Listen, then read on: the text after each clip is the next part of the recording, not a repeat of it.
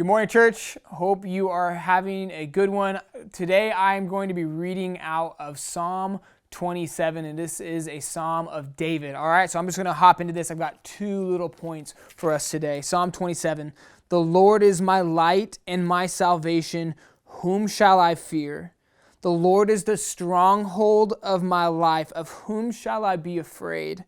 When the wicked advance against me to devour me, it is my enemies and my foes who will stumble and fall. Though an army besiege me, my heart will not fear.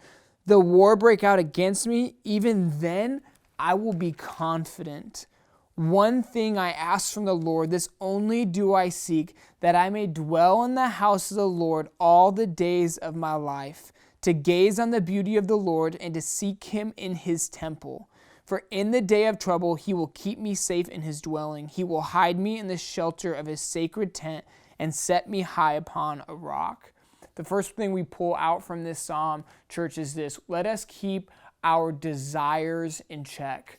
Through all of this, would our desire be that we would stay close to God? As David is saying, that I may dwell in the house of the Lord all the days of my life.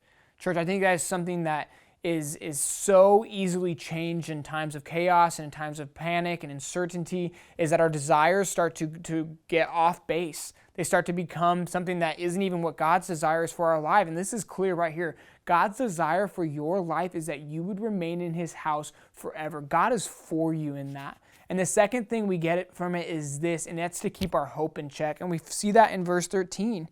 David says, "I remain confident of this. I will see the goodness of the Lord in the land of the living."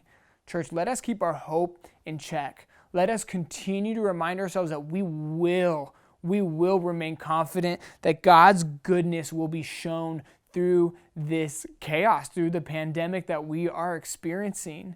And so, church, as David ends this psalm, I want to leave us today. He says in verse 14, "Wait for the Lord.